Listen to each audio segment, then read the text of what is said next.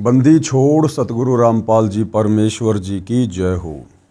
परम पिता परमात्मा सारी सृष्टि के रचनहार कुल मालिक असंख्य ब्रह्मांडों के स्वामी जगत गुरु तीनों लोकों में प्रवेश करके सबका धारण पोषण करने वाले राजाधिराज आत्माधार नाथों के नाथ देवों के देव महादेव सर्वेश्वर महेश्वर मृत्युंजय अजरो अमर आदि अनादि सनातनी प्रभु जगत पिता जगदीश्वर श्री श्री 1008 की उपाधि के वास्तविक अधिकारी अकाल मूरत सौद स्वरूपी राम वासुदेव सर्वगतम ब्रह्म परम पूज्य प्रथम पूज्य परम संत परम पुरुष परम धनी परम दयालु सत्य कबीर हक्का कबीर अल्लाहु अकबर बाखबर अल्लाह ताला जगत के तारणहार जगत के मुक्तिदाता जगत के जगन्नाथ हारे के सहारे हिंदुओं के राम मुसलमानों के अल्लाह सिखों के वाहिगुरु ईसाइयों के मसीह दया के सागर दया निधि करुणा के सागर करुणा निधि स्वयंभू परिभू संकट मोचन कष्ट हरण मंगल करण दुख भंजन अविगत कबीर निर्विकार निर्विषम परमात्मा अलय अलेख सतगुरु आदि अनादि सतगुरु असली मर्यादा पुरुषोत्तम असली राम असली कृष्ण असली घनश्याम असली मुरारी राजाओं के राजा महाराजाओं के महाराजा शहंशाहों के शहंशाह सम्राटों के सम्राट भगवानों के भगवान अल्लाहों के अल्लाह प्रभुओं के प्रभु मसीहाओं के मसीह सच्चे वाहिगुरु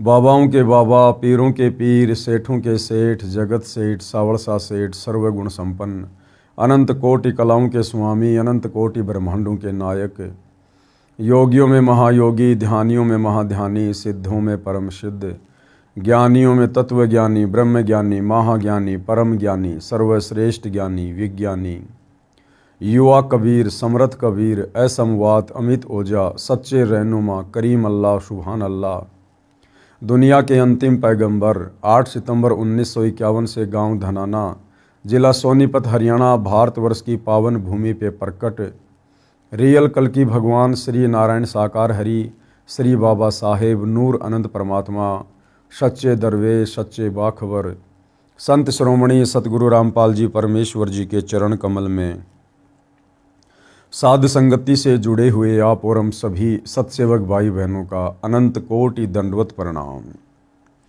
सत्साई भाई और बहनों, बहुत बड़ी दया बहुत बड़ी मेहर पूज्य गुरुदेव भगवान की परमेश्वर रामपाल जी की, जिनके शुभ आशीर्वाद से विशेष आशीर्वाद से और विशेषकर हिंदू समाज से जुड़े भाई बहनों को श्रद्धालुओं को परमात्मा चाहने वाली आत्माओं को परमात्मा की प्राप्ति के विषय में इस पवित्र पुस्तक हिंदू साहिबान नहीं समझे गीता वेद पुराण जो कि परम संत सतगुरु रामपाल जी के कर कमल से लिखित है, शास्त्र प्रमाणित है, अध्यात्म के विषय में भाई बहनों को बहुत कुछ जानने और समझने को मिल रहा है।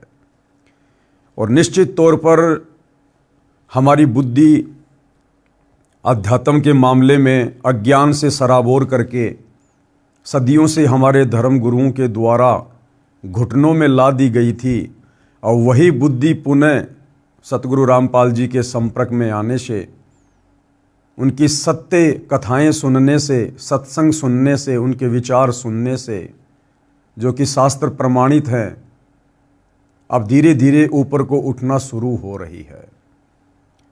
तो भाई और बहनों, ये जो पवित्र पुस्तक है जो हिंदू समाज के लिए विशेषकर एक वरदान साबित हो रही है, संजीवनी बूटी की तरह साबित हो रही है, जो एक बार पुनः हिंदू समाज को जीवित करेगी, सतभक्ति के लिए प्रेरित करेगी।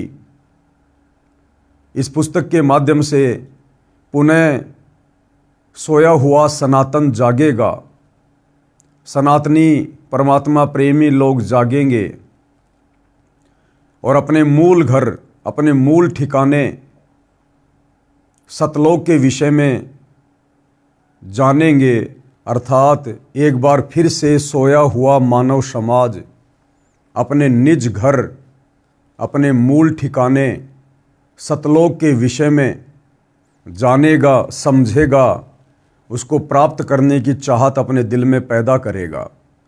जिस मूल ठिकाने के विषय में गीता अध्याय 18 श्लोक नंबर 62 में गीता का ज्ञान देने वाले काल ब्रह्म ने अर्जुन से कहा कि उस परमेश्वर की प्राप्ति के बाद, हे अर्जुन, जहाँ जाने के बाद ये जीव आत्मा कभी भी जन्म और मृत्यु में नहीं आती है, जहाँ जाने के बाद साधक लौटकर फिर वापस संसार में नहीं आता है, उस परम पद की खोज करनी चाहिए।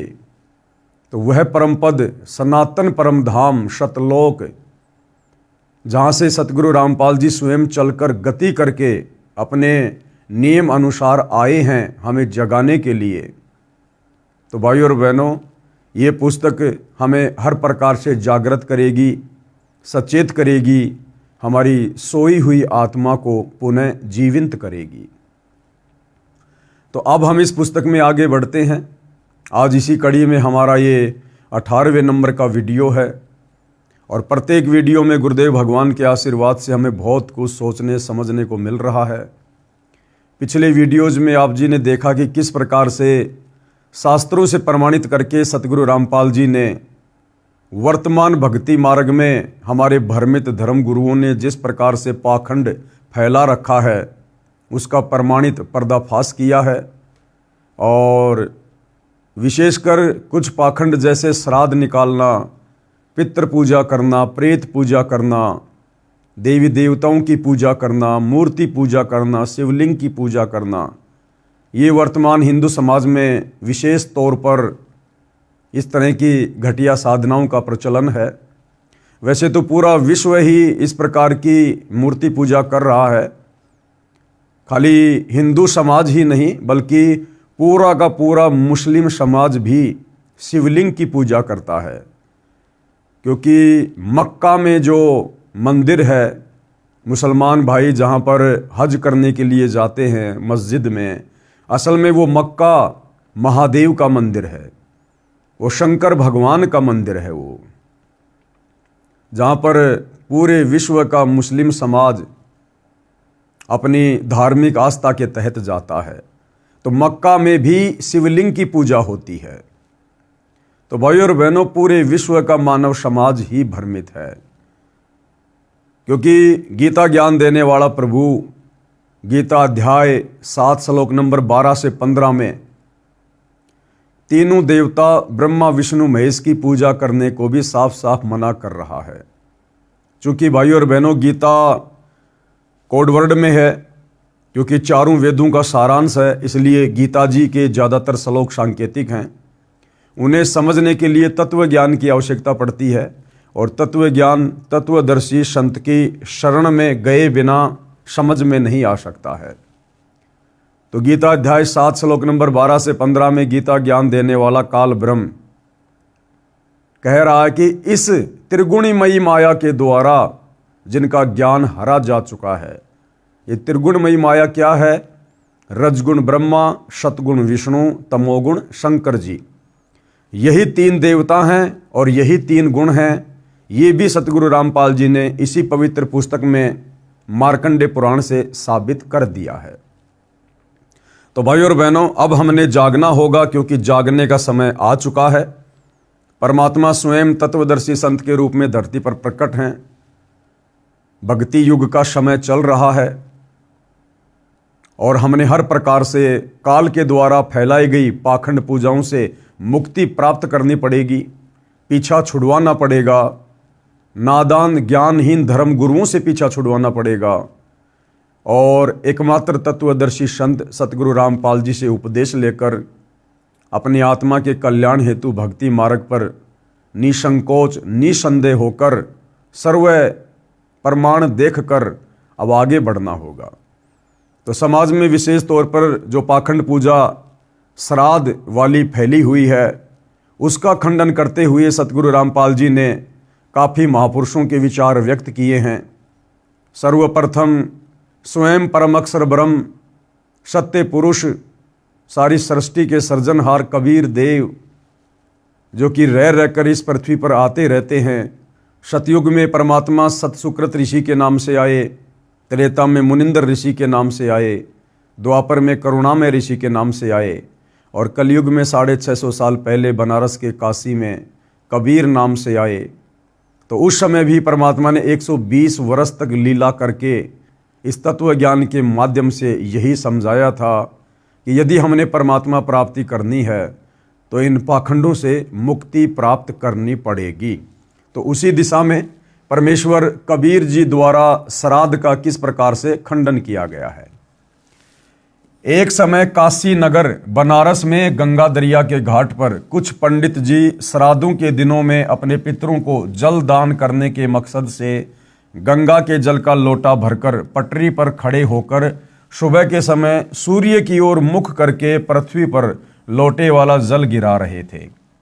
परमात्मा कबीर जी ने यह सब देखा तो जानना चाहा कि आप ये किस उद्देश्य से कर रहे हैं। अब परमेश्वर को तो सारे उद्देश्य का पता था, लेकिन जब ये कबीर परमात्मा धरती पर तत्वदर्शी संत के रूप में आता है तो एक आम मनुष्य की भांति, एक आम संत की भांति ही लीला करता है।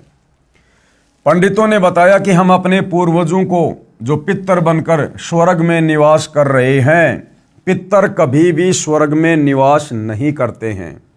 स्वर्ग में तो देव आत्माएं निवास करती हैं, पितर योनि अलग है।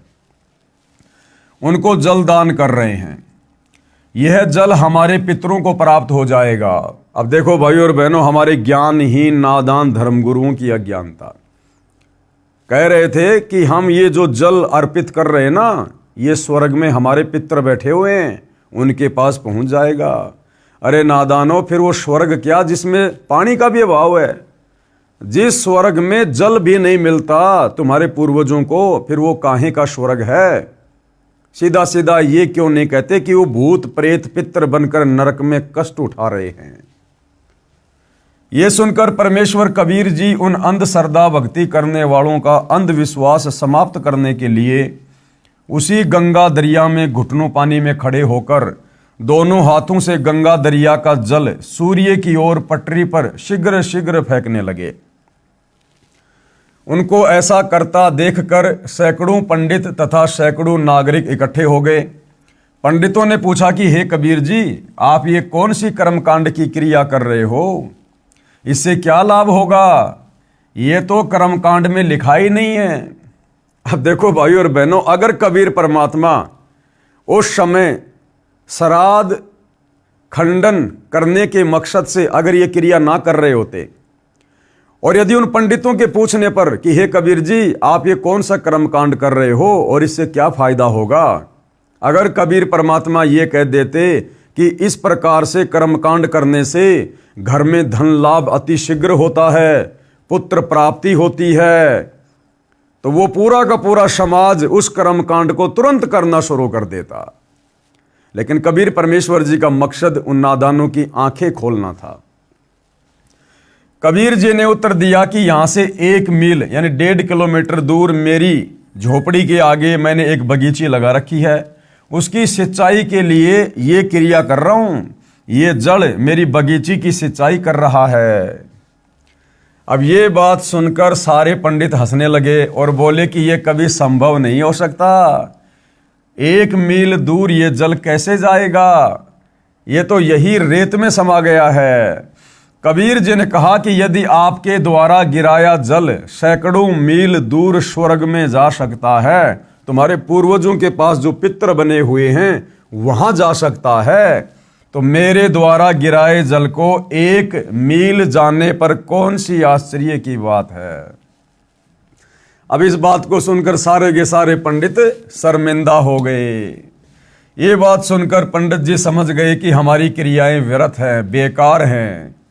कबीर जी ने 1 घंटा बाहर पटरी पर खड़े होकर कर्मकांड यानी श्राद्ध व अन्य क्रियाओं पर सटीक तर्क दिया, यानी सत्संग किया परमात्मा ने, और कहा कि आप एक और तो कह रहे हो कि आपके पितर स्वर्ग में हैं, दूसरी ओर कह रहे हो उनको पीने का पानी नहीं मिल रहा, वे वहां प्यासे हैं, उनको सूर्य को अर्घ देकर जल पार्सल करते हो। यदि स्वर्ग में पीने के पानी का ही अभाव है तो उसे स्वर्ग नहीं कह सकते, वह तो रेगिस्तान होगा, रेगिस्तान।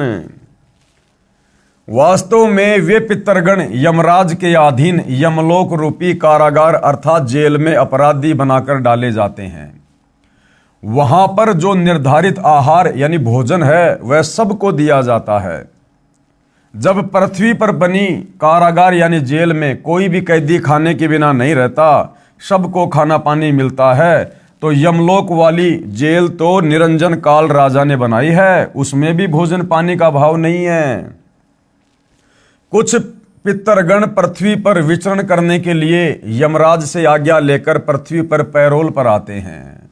यानी भाई और बहनों, सेम सिस्टम ऊपर के लोगों का भी वही है जो यहां के लोगों का है। यहां का जो सुप्रीम कोर्ट का जज है उसको समझ लो ऊपर के लोगों का धर्मराज।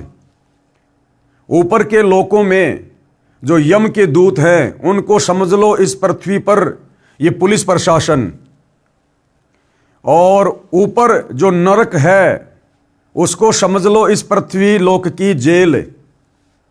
और जिस प्रकार यहां कैदी को पैरोल मिल जाती है, जमानत मिल जाती है, इसी प्रकार ऊपर के लोकों में वो जो पितरगण हैं, जो प्रेत बने हैं हमारे पूर्वज, उनको भी वहां पर आज्ञा से नीचे आने जाने की सूक्ष्म शरीर में परमिशन मिल जाती है, पैरोल मिल जाती है। सेम सिस्टम वही है। तो परमात्मा ये समझाना चाह रहे थे कि नालायकों, जिस प्रकार इस पृथ्वी लोक की जेल में चाहे कोई भी कैदी हो, कैसा भी कैदी हो, सरकार के द्वारा उसको खाना पीना अवश्य मिलता है, भोजन की व्यवस्था अवश्य की जाती है, तो ऊपर तो जो जेल है, जो नरक है, वो यमराज के द्वारा निर्धारित है, इस काल निरंजन के द्वारा बनाई गई जेल है। जो इस पृथ्वी लोक पर भक्ति नहीं करते हैं उनको उस जेल में डाला जाता है। तो क्या वहां पर खाने पीने की व्यवस्था नहीं होगी? यहां से तो उत्तम ही व्यवस्था होगी। लेकिन उसके बाद गुरुदेव हमें समझाना चाहते हैं, उसके बाद फिर ये श्राद्ध क्यों निकालते हैं?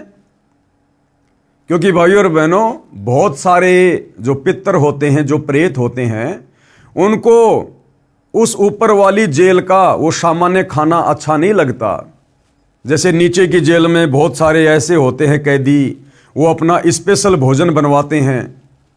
जेल का सामान्य भोजन वो लोग नहीं खाते, स्पेशल भोजन बनवाते हैं या बाहर से मंगवाते हैं, जैसा भी होता है।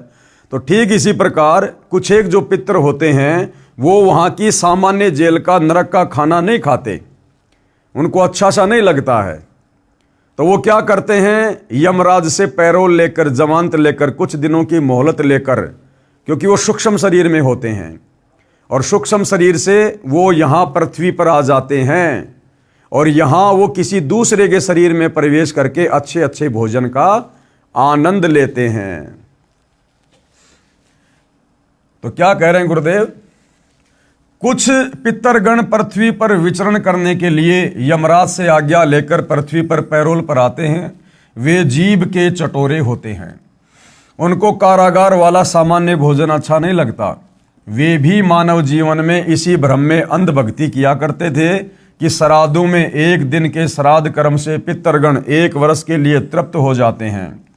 उसी आधार से रुचि ऋषि के चारों पूर्वज पितरों ने पैरोल पर आकर काल प्रेरणा से रुचि ऋषि को भ्रमित करके और वेदों अनुसार शास्त्रोक्त साधना छुड़वाकर विवाह कराकर श्राद्ध आदि शास्त्र विरुद्ध कर्मकांड के लिए प्रेरित किया।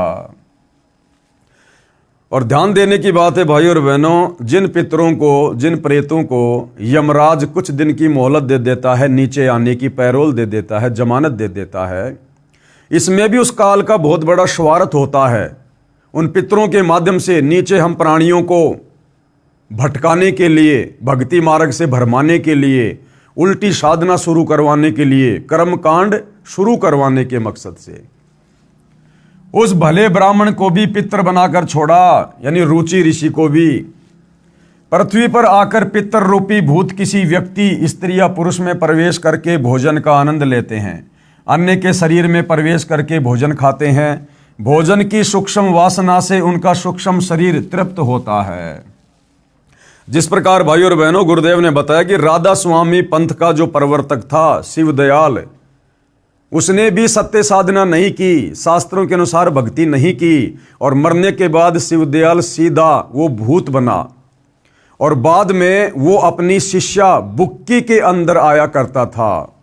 उसकी शिष्या थी बुक्की, वो शिवदयाल भूत बनकर उस बुक्की के अंदर आया करता था और पहले की तरह चूरमा बनवा कर खाया करता था। उस पलंग के ऊपर बैठकर हुक्का पिया करता था, क्योंकि पहले शिवदयाल को चूरमा बहुत पसंद था और भोजन करने के बाद उस पलंग पर बैठकर हुक्का पिया करता था। उसके बाद शरीर छोड़ने के बाद जब वो भूत बन गया, मुक्ति नहीं हुई, अपनी शिष्या बुक्की के अंदर आकर चूरमा बनवा कर खाया करता था और उसी प्रकार से बुक्की के माध्यम से पलंग पर बैठकर हुक्का पिया करता था। लेकिन 1 वर्ष के लिए नहीं, यदि कोई पिता, दादा, दादी, माता आदि आदि किसी पशु के शरीर को प्राप्त हुए हैं तो उसको कैसे तृप्ति होगी? उसको 10-15 किलो चारा खाने को चाहिए। कोई श्राद्ध करने वाला गुरु पुरोहित भूखा प्यासा देखा है? आवश्यक नहीं है कि सबके माता पिता, दादा दादी आदि आदि पितर बने हों। कुछ के पशु पक्षी आदि अन्य योनियों को भी प्राप्त होते हैं, परंतु श्राद्ध सबके करवाए जाते हैं, यानी अंधश्रद्धा। इसे कहते हैं शास्त्र विधि त्याग कर मनमाना आचरण, यानी शास्त्र विरुद्ध भक्ति करना। अब इसके बाद भाइयों और बहनों, सिख धर्म के प्रवर्तक आदरणीय नानक जी ने भी श्राद्ध कर्म का खंडन किया है। क्योंकि भाइयों और बहनों, परमात्मा से प्राप्त जितने भी महापुरुष हुए हैं उन सभी का एक ही रास्ता है अध्यात्म का। उन सब के बोल वचन, उन सब के विचार आपको एक ही मिलेंगे। तो आदरणीय नानक जी को भी कबीर परमात्मा बेई नदी पर जिंदा बाबा के रूप में मिले थे। आदरणीय नानक जी की आत्मा को शरीर से निकालकर ऊपर सचखंड सतलोक में लेकर गए थे। उन्हें सर्व ब्रह्मांडों से परिचित करवाया था, सतलोक दिखाया था। उसके बाद नानक जी की आत्मा को वापस तीसरे दिन बेई नदी पर उसी शरीर में छोड़ दिया था। उसके बाद नानक जी भी परमपिता परमेश्वर कबीर साहिब जी के ज्ञान से परिचित होकर, भक्ति विधान से परिचित होकर उन्हीं की महिमा करने लगे थे और उन्हीं के विचारों को समाज में आगे बढ़ाने लगे थे। तो नानक जी भी इस पाखंड और कर्म कांड के बिल्कुल विरुद्ध थे। श्री नानक देव जी द्वारा श्राद्ध भ्रम खंडन। अन्य उदाहरण, सिख धर्म के प्रवर्तक श्री नानक देव साहिब जी की जीवनी में एक घटना ऐसी है जिसका वर्णन करता हूं, जो पवित्र पुस्तक भाई बाले वाली जन्म साखी श्री नानक देव में लिखी है, जिसकी हेडिंग आगे साखी दुनीचंद खत्री नाल होई। यानी जो भाई जो बाला था और मर्दाना था, ये नानक जी के 2 शिष्य थे। तो ये ज़्यादातर नानक जी के साथ रहा करते थे और इन्होंने नानक जी के शरीर छोड़ने के बाद में जो जो उनकी लीलाएं थी, जो जो घटनाएं घटी थी, उन्होंने अंगद देव जी के माध्यम से इसमें जन्म साखी में लिपिबद्ध करवाई थी। संक्षिप्त प्रकरण इस प्रकार है। श्री नानक जी को परमात्मा कौन? परम अक्षर ब्रह्म कबीर देव बेई नदी पर उस समय मिले थे जिस समय श्री नानक जी सुल्तानपुर शहर से सुबह के समय प्रतिदिन की तरह बेई नदी में स्नान करने के लिए गए थे। अन्य नगरवासी भी स्नान कर रहे थे। उस समय परमेश्वर कबीर जी बाबा जिंदा के वेश में आए और श्री नानक जी के साथ दरिया में स्नान करने के बहाने प्रवेश हुए। अन्य उपस्थित व्यक्ति देख रहे थे। दोनों ने दरिया में डुबकी लगाई परंतु बाहर नहीं आए। दोनों को दरिया में डूबा मान लिया गया था। परमेश्वर कबीर जी नानक जी की आत्मा को लेकर, यानी शरीर को दूर जंगल में छोड़कर अपने साथ अपने निवास स्थान सतलोक यानी सचखंड में ले गए। 3 दिन तक काल ब्रह्म के 21 ब्रह्मांडों, अक्षर पुरुष के 7 संग ब्रह्मांडों तथा अपने सतलोक के असंख्य ब्रह्मांडों की स्थिति को आंखों दिखाया, यथार्थ आध्यात्मिक ज्ञान बताया तथा यथार्थ मोक्ष मंत्र सतनाम जो 2 अक्षर का है, जिसमें एक ओम मंत्र है तथा दूसरा गुप्त है जो उपदेशी भगत को बताया जाता है, जिससे मुक्ति होना बताया। फिर एक नाम सारनाम का विशेष योगदान मानव के मोक्ष की साधना में है, उससे परिचित कराया तथा सतनाम और सारनाम को कलयुग के 5505 वर्ष बीत जाने तक गुप्त रखने की आज्ञा दी। यानी परमात्मा कबीर जी ने आदरणीय नानक जी को सारनाम दिया था, लेकिन उस समय उस सारनाम को गुप्त रखने की भी आज्ञा दी थी। श्राद्ध पिंडदान आदि कर्मकांड को व्यर्थ बताया और स्वर्ग नरक को दिखाया। तीसरे दिन श्री नानक जी की आत्मा को शरीर में प्रवेश करके अंतर्ध्यान हो गए।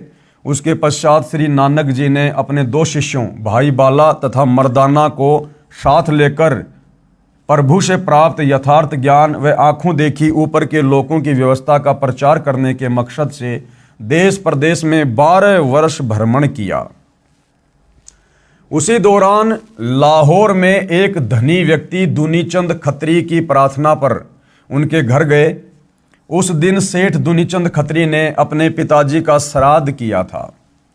कई ब्राह्मणों को भोजन करवाया तथा वस्त्र व हजारों रुपए दक्षिणा दी थी। श्री नानक जी ने पूछा कि हे दुनीचंद, आज किस उपलक्ष्य में इतने पकवान बनाए हैं? दुनीचंद ने बताया कि महाराज जी, आज मेरे पिताजी का श्राद्ध किया है। श्री नानक जी ने पूछा कि आपके पिताजी कहाँ है? उत्तर दुनीचंद का कि वे स्वर्गवासी हो चुके हैं। श्राद्ध करने से उनको 1 वर्ष तक स्वर्ग में भूख नहीं लगती। ये बात सुनकर श्री नानक जी ने कहा कि हे दुनीचंद, आपको आपके अज्ञानी गुरुओं ने भ्रमित कर रखा है। आपका पिताजी तो बाघ यानी शेर शरीर को प्राप्त होकर उस जंगल में एक पेड़ के नीचे भूख से व्याकुल बैठा है।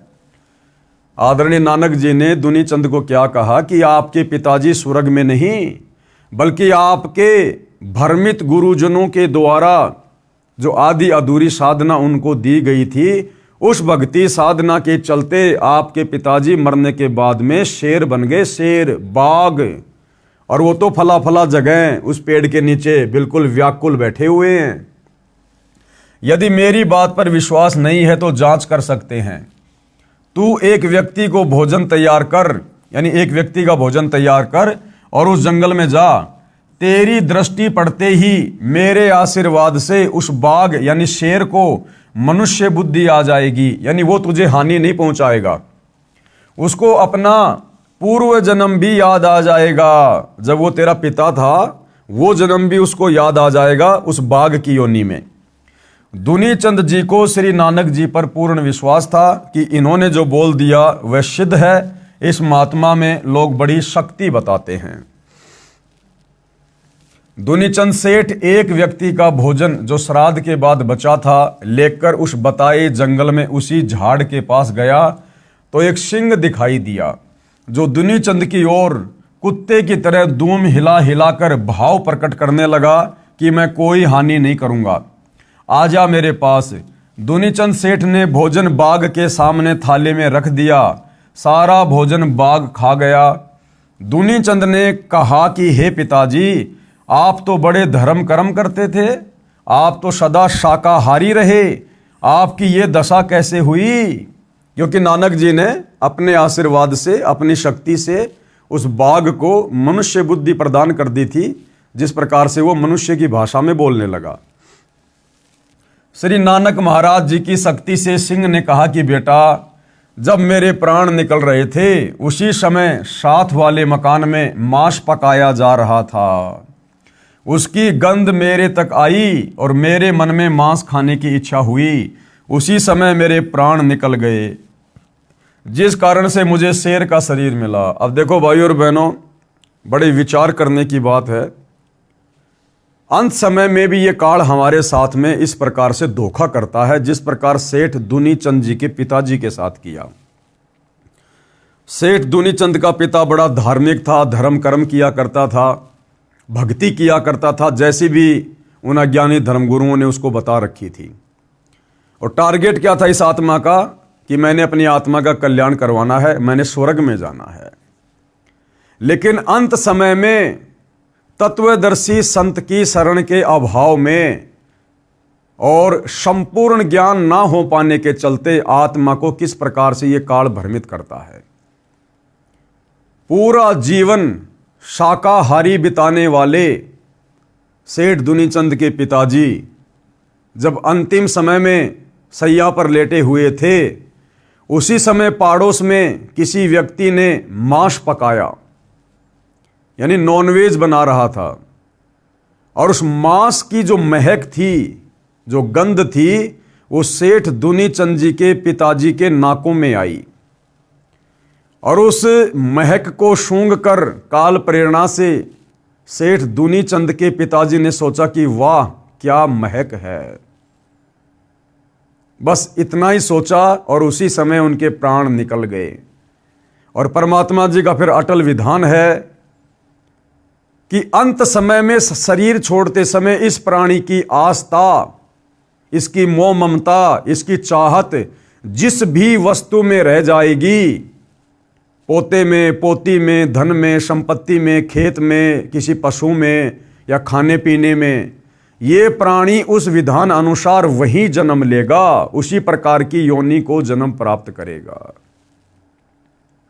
तो अंत समय में वो मांस की महक दुनीचंद के पिताजी के नाक में पड़ी और मांस खाने की इच्छा जागृत हुई। उसी समय उनके प्राण निकल गए और वो इच्छा उनके अंदर रह गई सूक्ष्म शरीर में। काल ने अगला जन्म उसको बाघ का दे दिया, शेर का, कि ले बेटा, अंत समय में तेरी मांस खाने की इच्छा थी ना, अब तू कच्चा मांस खा, कच्चा मांस जब तक इस बाघ के शरीर में रहेगा। इसलिए भाई और बहनों, हम भक्तों को भी यहाँ बहुत बड़ी शिक्षा मिलती है कि हमने सदैव अपने विचारों को, अपनी सोच को, अपनी भावनाओं को, अपनी जिज्ञासाओं को सतगुरु रामपाल जी भगवान की भक्ति के इर्द गिर्द ही रखना चाहिए। हमने सांसारिक लोगों से ज़्यादा उठना, बैठना, बातचीत करना, व्यवहार करना बिल्कुल बंद कर देना चाहिए। यदि कोई विशेष कार्य है तो अपने कार्य तक हम सीमित रहें, उसके बाद तुरंत वहाँ से उठकर फालतू की बातें ना करके, इधर उधर की निंदा चुगली वाली बातें ना सुन के, ना करके हम वापस अपने कार्य पर लगे या फिर परमेश्वर की भक्ति में लगे, परमेश्वर के सुमरण में, चिंतन मनन में या सत्संग सुनने में अपना समय बिताएं। ये हम भक्तों की दैनिक क्रिया होनी चाहिए। ना जाने कब ये शरीर छूट जाए, कब ये प्राण निकल जाए, और ना जाने कौन सी वो गलत क्रिया हम उस समय वो कर रहे हों, और उस गलत क्रिया के चलते, उस गलत सोच के चलते ये काल बलि अपने विधान अनुसार फिर हमें उन्हीं योनियों में जन्म देगा।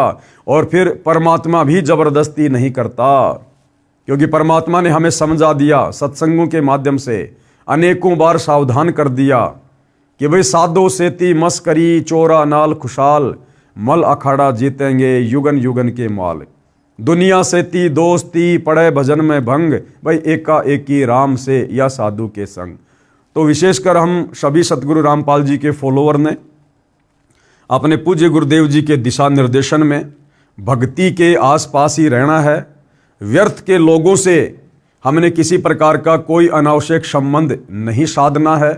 व्यर्थ के लोग वो हैं जो तत्वदर्शी संत से उपदेश लेकर सत भक्ति नहीं करते हैं, या तत्वदर्शी संत से उपदेश लेकर भी जो अपनी उन पुरानी घटिया आदतों को नहीं छोड़ते हैं, उसी प्रकार का सांसारिक जीवन ज़्यादा जीते हैं, वो लोग भी हमारे लिए भगत होने के बावजूद व्यर्थ के लोगों की श्रेणी में आते हैं। इसलिए भाई और बहनों, आप और हमने भी बहुत सावधानी रखनी चाहिए।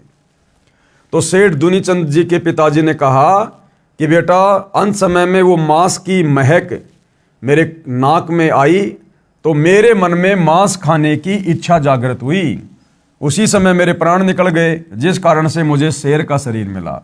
बेटा दुनीचंद, आप किसी पूर्ण संत से दीक्षा लेकर अपने जीव का कल्याण करा लेना। अब दुनीचंद को पता चल गया कि भैया फिर नानक जी से बड़ा पूर्ण संत कौन हो सकता है वर्तमान में, जिन्होंने अपने आशीर्वाद से शेर को मनुष्य भाषा में बुलवा दिया, मनुष्य बुद्धि प्रदान कर दी। मानव जीवन बड़ी कठिनता से मिलता है, ये कहकर शेर जंगल की ओर गहरा चला गया। दुनीचंद ने उन अज्ञानी धर्मगुरुओं को धिक्कारा जो सबको भ्रमित कर रहे थे, जिन्होंने दुनीचंद के पिताजी की भी दुर्गति करवा दी। अंत में अब विश्वास हुआ कि श्राद्ध करने से कोई लाभ मृतक को नहीं मिलता। अब दुनीचंद ने तो अपनी आंखों से देख लिया कि धर्मगुरु तो कह रहे थे कि तुम्हारे पिताजी स्वर्ग में हैं, उनको भोजन चाहिए, और नानक जी ने दिखा दिया कि तेरा पिता तो पशु योनि में, जानवर योनि में शेर बनकर भाई कष्ट उठा रहा है। तो दुनीचंद जी को पक्का यकीन हो गया कि ये श्राद्ध है, ये पाखंड है, ये पाखंड पूजा है, ये भ्रमित साधना है। घर आकर श्री नानक जी के चरणों में गिरकर अपने कल्याण के लिए यथार्थ भक्ति का ज्ञान तथा मंत्र लेकर आजीवन सुमरण किया तथा सर्व अंधविश्वास वाली साधना त्याग दी जो शास्त्रों के विरुद्ध कर रहा था और मानव जीवन सफल किया। अन्य उदाहरण बता रहे हैं परमात्मा पाखंड पूजा के विषय में, भ्रमित साधना के विषय में, जो श्राद्ध है उसके खंडन के विषय में संत गरीबदास जी द्वारा श्राद्ध भ्रम खंडन।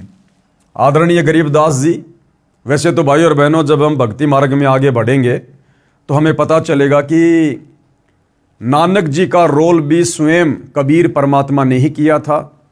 आदरणीय गरीबदास जी का रोल भी स्वयं कबीर परमात्मा ने ही किया था, क्योंकि इनके अलावा ये तत्व ज्ञान, इस प्रकार के चमत्कार इस पृथ्वी पर कोई अन्य साधु संत महात्मा नहीं कर सकता। परंतु यहाँ पर आम व्यक्तियों को जो अभी भक्ति के नज़दीक नहीं हैं उनको समझाने की दृष्टि से परमात्मा ने इन आत्माओं को अपने से अलग करके दर्शाया है।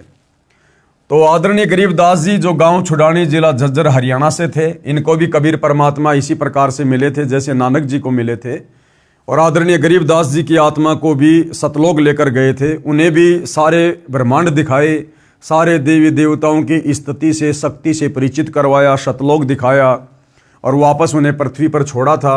उसके बाद आदरणीय गरीबदास जी ने भी कबीर परमेश्वर जी के पद चिन्हों पर चलते हुए उसी तत्व ज्ञान का प्रचार प्रसार किया और हमारे नादान धर्म गुरुओं के द्वारा जो अंधविश्वास, जो पाखंड पूजा समाज में फैलाई जा रही है उसका विरोध किया।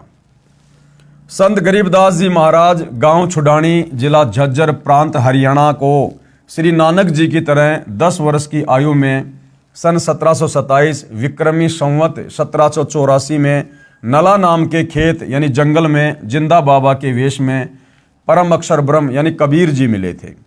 उस समय छुडानी गांव के 10-12 व्यक्तियों ने बाबा जिंदा को देखा, बातें की, अन्य व्यक्ति अपने अपने कार्य में लग गए। बालक गरीबदास जी की आत्मा को निकालकर परमात्मा सतलोक ले गए। ऊपर के सब लोकों का अवलोकन करवाकर सर्व यथार्थ आध्यात्मिक ज्ञान बताकर लगभग 8-9 घंटे बाद वापस शरीर में प्रविष्ट कर दिया। बालक गरीबदास जी को मरा जानकर चिता पर रख दिया गया था। अग्नि लगाने वाले थे, उसी समय संत गरीबदास जी उठकर घर की ओर चल पड़े। परमेश्वर कबीर जी ने उनको यथार्थ भक्ति ज्ञान दिया। उनके बहुत सारे शिष्य हुए। गांव छुडानी के एक भगत को संत गरीबदास जी की बात पर विश्वास नहीं था कि श्राद्ध कराया हुआ मृतक को नहीं मिलता। श्राद्धों के दिनों में उस भगत के दोनों माता पिता के श्राद्ध लगातार 2 दिन किए गए। पहले दिन माता जी का और अगले दिन उसके पिताजी का। संत गरीबदास जी ने कहा कि हे भगत, आपके माता पिता तो तुम्हारे खेत की जोड़ी, जिसे ग्रामीण भाषा में लेट यानी छोटा तालाब कहते हैं, जोड़ी, वहां पर भूखे रो रहे हैं। आप 2 व्यक्तियों का भोजन लेकर मेरे साथ चलो। वह भगत अतिशीघ्र अपने पिता के श्राद्ध से बची खीर व रोटी 2 व्यक्तियों की लेकर संत गरीबदास जी के साथ गया। उनके खेत में बनी जोहड़ी से लगभग 200 फुट दूर खड़े होकर संत गरीबदास जी ने आवाज लगाई कि हे फतेह सिंह तथा दया कौर, काल्पनिक नाम, आओ, आपका पुत्र आपके लिए भोजन लाया है। हालांकि भाइयों और बहनों ये काल्पनिक नाम नहीं है, क्योंकि अब यहाँ सीधे सीधे अगर ये बात कह दी जाए तो आम व्यक्ति ये सोचेगा भाई संत रामपाल जी को क्या पता, 350 साल पहले उस भगत के पिताजी का नाम ये था और उसकी माता का नाम ये था। इसलिए सतगुरु रामपाल जी यहाँ पर लिख रहे हैं काल्पनिक नाम। जबकि भाइयों और बहनों, सतगुरु रामपाल जी स्वयं परम अक्षर ब्रह्म हैं, अंतर्यामी परमेश्वर हैं, सारी सृष्टि के मालिक हैं, सभी आत्माओं के जनक हैं, आदि और अंत की जानने वाले हैं। तो परमेश्वर जी ने जो नाम यहाँ पर लिखे हैं उस भगत के माता पिता के, वो परम सत्य हैं। आओ, आपका पुत्र आपके लिए भोजन लाया है। उसी समय गीदड़ तथा गीदड़ी यानी उस भगत के माता पिता गिद्दड़ और गीदड़ी बने हुए थे और पंडित जी ने कहा था कि वो स्वर्ग में बैठे हैं, उनके श्राद्ध निकालो। उसी समय गीदड़ तथा गीदड़ी झाड़ियों से बाहर निकले। पहले तो ऊपर को मुख करके चिल्लाए, पहले तो रोए चिल्लाए ऊपर मुंह करके अपनी दुर्गति को देखकर, जो शास्त्र विरुद्ध साधना उन्होंने मनुष्य जन्म में रहते सहते की थी हमारे भ्रमित धर्म गुरुओं के कहने पर। फिर दौड़े दौड़े संत गरीबदास जी के पास आए, दोनों के सामने खीर रोटी रख दी, शीघ्र शीघ्र खाकर वापस दौड़ गए। उस दिन उस भ्रमित भगत का अज्ञान भंग हुआ। उसके बाद उस भगत की आंखें खुली कि हमारे धर्म गुरु तो हमारे को सरेआम मूर्ख बना रहे हैं श्राद्ध के नाम पर। प्रतिदिन 2 व्यक्तियों का भोजन जैसा भी घर पर बनता था, एक समय उस जोड़ी की झाड़ियों में रख देता और प्रतिदिन वे दोनों जानवर भोजन खा जाते। कुछ वर्ष पश्चात उनकी मृत्यु हो गई। ये देखकर भी अन्य गांव वाले तो उस भगत का मजाक करते थे कि तेरे को गरीबू, यानी आदरणीय गरीबदास जी को गांव वाले गरीबू कहा करते थे। संत गरीबदास जी को गांव के लोग गरीबा, गरीबू आदि आदि अपभ्रंश नामों से पुकारा करते थे। क्योंकि भाइयों और बहनों, किसी भी महापुरुष के रहते सहते हम उनकी कदर नहीं करते, उनकी इज्जत नहीं करते, और जाने के बाद फिर हम उनकी महिमा करते हैं जिसका हमें कोई लाभ नहीं होता। त्रेता युग में रामचंद्र जी आए, उस समय किसी ने ठंडा पानी नहीं पीने दिया। द्वापर में श्री कृष्ण जी आए, सदा उनके साथ लड़ाई झगड़ा रखा, और आज उनके जाने के बाद उनके मंदिर बना बनाकर सोने चांदी पत्थर की मूर्तियां सजाकर उनकी पूजा कर रहे हैं। अब हमें उनकी पूजा पाठ करने से किसी प्रकार का कोई लाभ नहीं मिलना है। तो लोगों ने कहा कि भाई तेरे को तो गरीबों ने बहका दिया है, श्राद्ध नहीं करता, बड़ी हानि हो जाएगी। परंतु भगत को अटल विश्वास हो चुका था, क्योंकि वो तो अपनी आंखों से देख चुका था। आजीवन मर्यादा में रहकर साधना करके जीवन सफल किया। जीवन में कोई हानि नहीं हुई, अपितु अद्भुत लाभ हुए। धनी हो गया, सैकड़ों गाय मोल ले ली, बड़ी हवेली यानी कोठी बना ली। कुछ वर्ष पश्चात बच्चों ने भी दीक्षा ले ली, सुखी जीवन जिया। यानी हमारे धर्मगुरु जो हमें डराते हैं ना कि श्राद्ध नहीं निकालोगे तुम्हारे घर में ये नुकसान हो जाएगा, वो नुकसान हो जाएगा। भाइयों और बहनों, नुकसान हो जाएगा, लेकिन वो नुकसान उन लोगों को होगा जिनको सतगुरु की शरण प्राप्त नहीं है, जिनको तत्वदर्शी संत की शरण प्राप्त नहीं है। उसके बाद तो वो देवी देवता उसका घनचक्कर बना देंगे, घनचक्कर, यदि उनकी पूजा पाठ नहीं की, उनका भाग समय पर नहीं निकाला तो। और जिस दिन आप सतगुरु की शरण में आकर, जैसे वर्तमान में धरती पर पूर्ण संत सतगुरु रामपाल जी हैं, इनकी शरण में आने के बाद ये पाखंड पूजा तो हमने छोड़नी पड़ेगी। श्राद्ध निकालना, पितृ पूजा, प्रेत पूजा, देवी देवताओं की पूजा, मंदिर मस्जिद चर्च गुरुद्वारों में जाकर वो आदि अधूरी साधना करना, तीर्थों पे जाना, धामों पे जाना, पैदल यात्रा करना, कावड़ वावड़ लेके आना, ये सारी की सारी शास्त्र विरुद्ध साधना हमने त्यागनी पड़ेगी। परंतु सच्चे सतगुरु की शरण में आने के बाद ये काल बली हमारी तरफ आंख उठा के भी नहीं देख सकता। इसलिए यदि आप सतगुरु की शरण में आए बिना उन पाखंड पूजाओं को त्यागते हैं तो हो सकता है आपको नुकसान हो जाए। परंतु सतगुरु के शरण में आने के बाद जब हम उन पाखंड पूजाओं को त्यागते हैं, ठोकर मारते हैं, और यदि मर्यादा में रहेंगे, ये काल बली हमारा बाल भी बाका नहीं कर सकता। अन्य उदाहरण दे रहे हैं गुरुदेव भगवान पाखंड पूजा को लेकर, विशेषकर श्राद्ध के खंडन को लेकर। लेखक यानी संत रामपाल जी द्वारा श्राद्ध भ्रम खंडन सत्य कथा। अब गुरुदेव भगवान अपनी जुबानी सत्य कथा बता रहे हैं कि किस प्रकार से हमारे नादान धर्मगुरुओं ने श्राद्ध के नाम पर समाज को भ्रमित किया हुआ है। मेरे पूज्य गुरुदेव स्वामी राम देवानंद जी बड़ा पैतावास, तहसील चरखी दादरी, जिला भिवानी, प्रांत हरियाणा के निवासी थे। अब यहां पर भाइयों और बहनों एक शब्द इस्तेमाल किया है सतगुरु रामपाल जी ने कि मेरे पूज्य गुरुदेव स्वामी राम देवानंद जी। अभी भाइयों और बहनों, आप परमेश्वर जी की शरण से दूर हैं, आपने अभी उनके सत्संग सुनने शुरू नहीं किए हैं, इसलिए ये बात अभी आपको समझ में नहीं आएगी। जब आप उनसे उपदेश लेकर धीरे धीरे भक्ति मार्ग में आगे बढ़ेंगे तो आप जी को पता चलेगा कि सतगुरु रामपाल जी तो स्वयं जगत गुरु हैं। जगत गुरु यानी सारे संसार के गुरु, सारी सृष्टि के गुरु हैं, सबको ज्ञान देने वाले हैं। फिर भला इन्हें गुरु बनाने की क्या आवश्यकता। लेकिन इस लोक के विधान अनुसार गुरु शिष्य परंपरा को बनाए रखने के लिए जब जब ये कबीर परमात्मा परम अक्षर ब्रह्म शतलोक से चलकर संत रूप में धरती पर प्रकट होता है, तो यहाँ के नियम अनुसार इन्होंने एक अच्छी आत्मा को अपने गुरु के रूप में, सांसारिक दिखावे के रूप में इन्होंने धारण करना पड़ता है, ताकि गुरु शिष्य परंपरा बनी रहे और यहाँ की मर्यादा भी बनी रहे।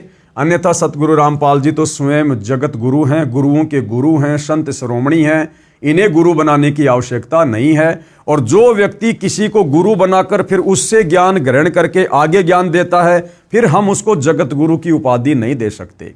इसलिए इस गूढ़ रहस्य को आप जी उस समय समझेंगे जब आप सतगुरु से शरण लेकर धीरे धीरे उनके सत्संग सुनेंगे। जो लगभग 16 वर्ष की आयु में पूर्ण परमात्मा की प्राप्ति के लिए अचानक घर त्याग कर निकल गए थे। कौन? सतगुरु रामपाल जी के मुंह बोले गुरुदेव। प्रतिदिन पहनने वाले वस्त्रों को अपने ही खेतों के निकट घने जंगल में किसी मरे हुए पशु की अस्थियों के पास डाल गए। शाम को घर न पहुंचने के कारण घर वालों ने जंगल में तलाश की। रात्रि का समय था। कपड़े पहचान कर दुखी मन से पशु की अस्थियों को बच्चे की अस्थियां जानकर उठा लाए तथा ये सोचा कि बच्चा जंगल में चला गया, किसी हिंसक जानवर ने खा लिया।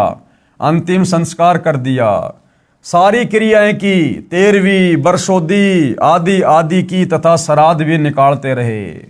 अब बताओ, वो महापुरुष तो जिंदा जीवित खाली घर वालों को धोखा देने की दृष्टि से, ताकि वो मेरा पीछा ना करें, मुझे खोजने की कोशिश ना करें, इसलिए अपने कपड़े निकालकर किसी मरे हुए जानवर की हड्डियों के पास डाल गए। और पीछे से हमारे धर्मगुरुओं ने यह कहकर कि भैया इसको तो किसी हिंसक जानवर ने खा लिया, अब इसकी गति करवाओ। और उसकी 12वीं 13वीं गंगा जी में अस्थियां डालना, उसके बाद उसकी बरसोदी करना, फिर श्राद्ध निकलवाने शुरू कर दिए उस जीवित महापुरुष के। इसको कहते हैं अंधश्रद्धा भक्ति खतरा ए जान, पाखंड पूजा भ्रमित पूजा मनमाना आचरण। लगभग 104 वर्ष की आयु प्राप्त होने के उपरांत स्वामी जी अचानक अपने गांव बड़ा पैतावास, जिला भिवानी, तहसील चरखी दादरी, हरियाणा में पहुंच गए। यानी काफी लंबे समय के बाद, लगभग 90 साल के बाद आदरणीय रामदेवानंद जी वापस अपने गांव में गए। स्वामी जी का बचपन का नाम श्री हरिद्वारी जी था तथा पवित्र ब्राह्मण कुल में जन्म था। मुझदास को पता चला, यानी सतगुरु रामपाल जी कह रहे कि जब मुझे इस बात का पता चला तो मैं भी अपने गुरु जी के दर्शनों के लिए उस गांव में पहुंच गया। स्वामी जी की भाभी जी जो लगभग 92 वर्ष की आयु की थी, मैंने उस बुढ़िया से पूछा कि हमारे गुरुजी के घर छोड़ जाने के उपरांत क्या महसूस किया। उस बुढ़िया ने बताया कि मेरा विवाह हुआ, तब मुझे बताया गया कि इनका एक भाई हरिद्वारी था जो किसी हिंसक जानवर ने जंगल में खा लिया था, उसके श्राद्ध निकाले जा रहे हैं, मुझे भी इनके श्राद्ध निकालने को कहा गया। बुढ़िया ने बताया कि 70 श्राद्ध तो मैं अपने हाथों निकाल चुकी हूं। यानी 70 साल से तो वो बुढ़िया उस जीवित महापुरुष के श्राद्ध निकाल रही थी, हमारे ज्ञानहीन धर्म गुरुओं के कहने पर। और जब कभी फसल अच्छी नहीं होती या कोई घर का सदस्य बीमार हो जाता तो अपने पुरोहित यानी गुरुजी से कारण पूछते तो वह कहा करता कि हरिद्वारी वो पितर बना हुआ है, वो तुम्हें दुखी कर रहा है।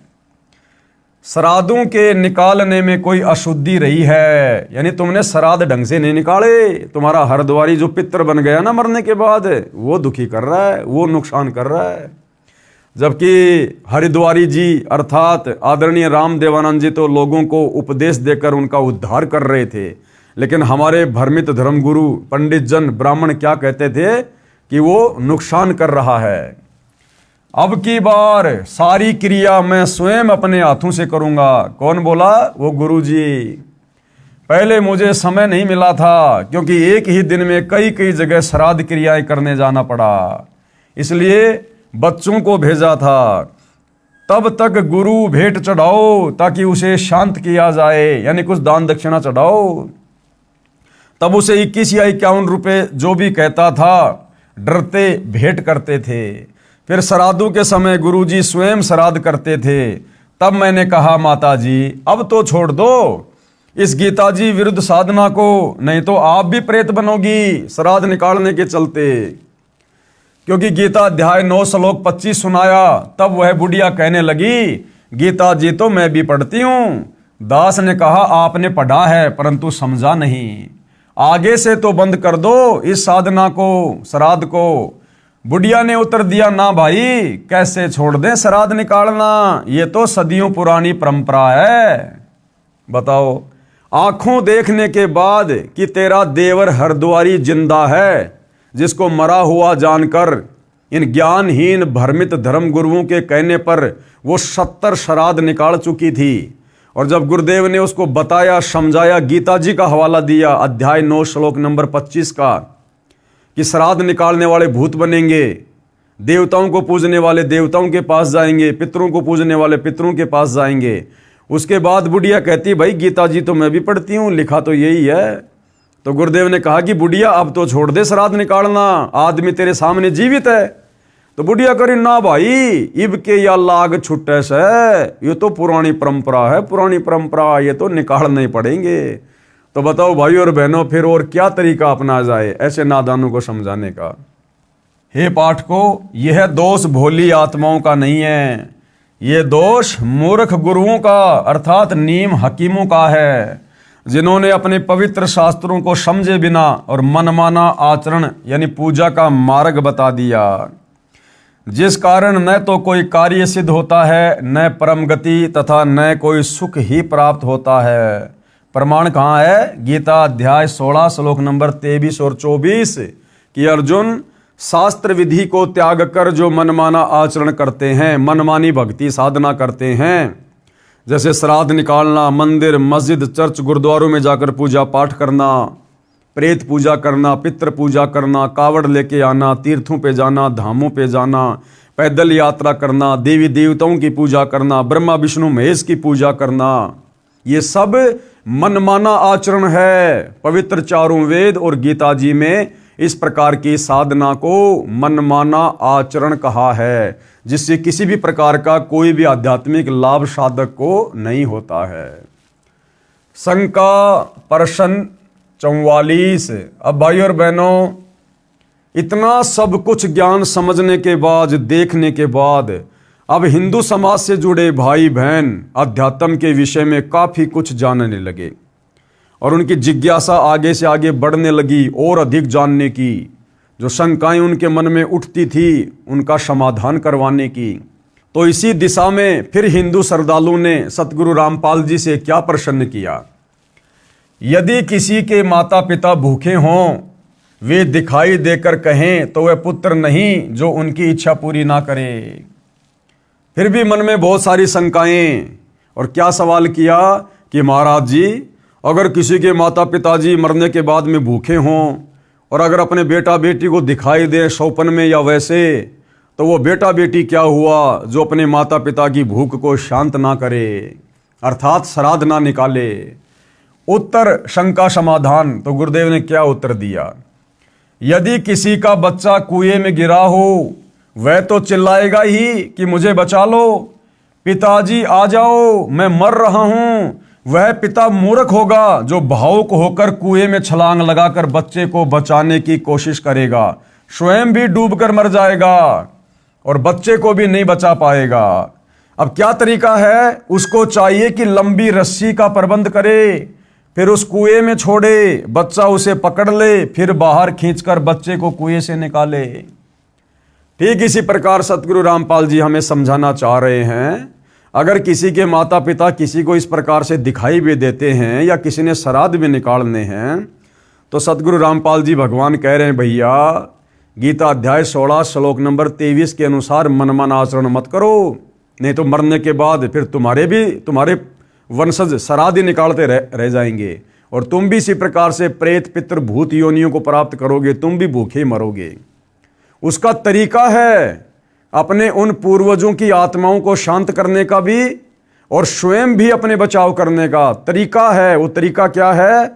तत्वदर्शी संत से उपदेश लेकर शास्त्र अनुकूल भक्ति करो, उससे तुम्हारे पूर्वज जो भूत प्रेत पितर बने हुए हैं या अन्य किसी पशु पक्षी योनि में कष्ट भोग रहे हैं, उनको भी मनुष्य जन्म मिलेगा, उस कष्ट से छुटकारा मिलेगा और तुम्हें भी सत भक्ति मिलने के चलते एक मुक्ति का रास्ता मिलेगा, मुक्ति का मार्ग मिलेगा। श्राद्ध निकालना कोई समाधान नहीं है, ये तो उल्टा कुएं में गिरना है। इसी प्रकार पूर्वज तो शास्त्र विधि त्याग कर मनमाना आचरण पूजा करके पितर बन चुके हैं, संतान को भी पितर बनाने के लिए पुकार रहे हैं, जिस प्रकार रुचि ऋषि के पूर्वजों ने उसको पुकारा। तत्व ज्ञान को समझकर अपना कल्याण करवाएं तथा मुझ दास रामपाल दास के पास परमेश्वर कबीर बंदी छोड़ जी की प्रदान की हुई वह विधि है, जो साधक यानी भगत को तो कल्याण करेगी, उसके पितरों की भी यानी पितर योनि छूटकर मानव जन्म प्राप्त होगा तथा भक्ति युग में जन्म होकर सत्य भक्ति करके 1 या 2 जन्म में पूर्ण मोक्ष प्राप्त करेंगे। ये तरीका है अपने उन पूर्वजों की आत्माओं को तृप्त करने का, उनकी उन पशु योनियों पितर योनियों से उनको छुटकारा दिलाने का। विचार करें गुरुदेव क्या कह रहे हैं। जैसा कि उपरोक्त रुचि ऋषि की कथा में पितर डर रहे हैं कि यदि हमारे श्राद्ध नहीं किए गए तो हम पतन को प्राप्त होंगे।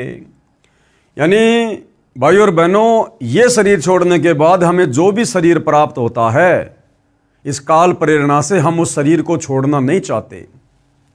कुत्ता चाहे कितना ही भयंकर रोगी क्यों ना हो, पिछले पैर क्यों ना टूट गए हों, कमर पे किसी गाड़ी का पहिया क्यों ना चढ़ गया हो, वो भी उस योनि में जीना ही चाहता है, मरना नहीं चाहता।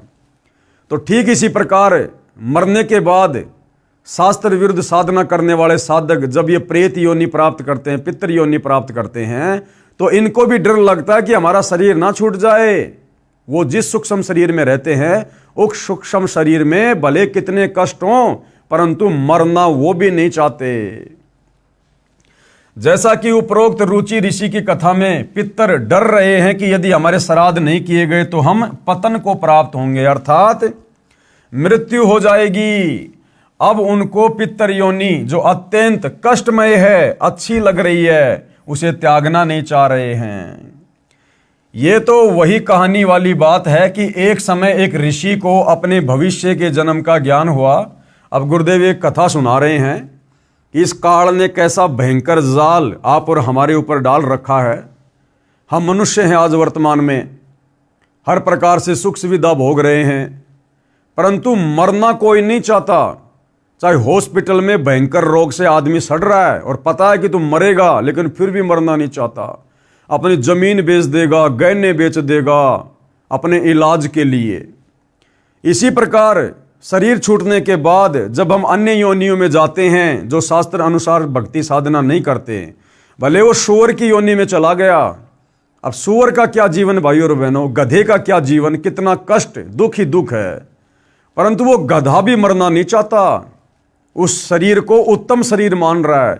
वो सूअर भी मरना नहीं चाहता, उस शरीर को उत्तम शरीर मान रहा है।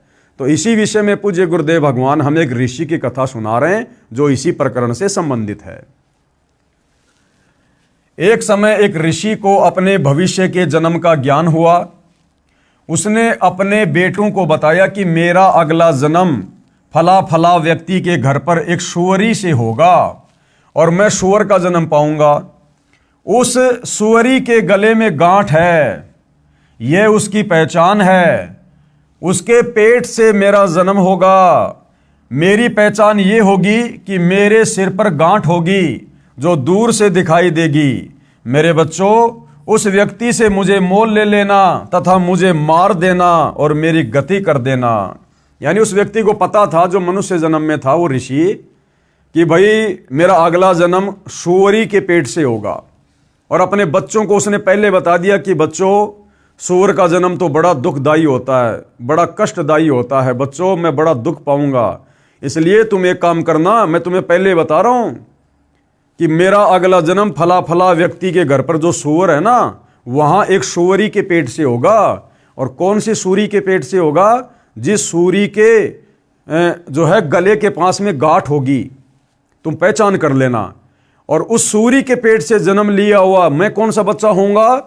मेरे सर में गांठ होगी जो दूर से दिखाई देगा, तो तुम पहचान कर लेना कि ये हमारा पिताजी है, और मुझे मोल ले लेना और फिर मेरे को मार देना किसी भी प्रकार से, ताकि मेरी गति हो जाए, उस शरीर से मेरा छुटकारा हो जाए। बच्चों ने कहा, बहुत अच्छा पिताजी। ऋषि ने फिर आंखों में पानी भरकर कहा कि बच्चों, कहीं लालचवश मुझे मोल न लो और मुझे तुम मारो नहीं। ये कार्य तुम अवश्य करना, नहीं तो मैं सुअर योनि में महाकष्ट उठाऊंगा। बच्चों ने पूर्ण विश्वास दिलाया कि पिताजी, हम जरूर आपका कल्याण करवा देंगे।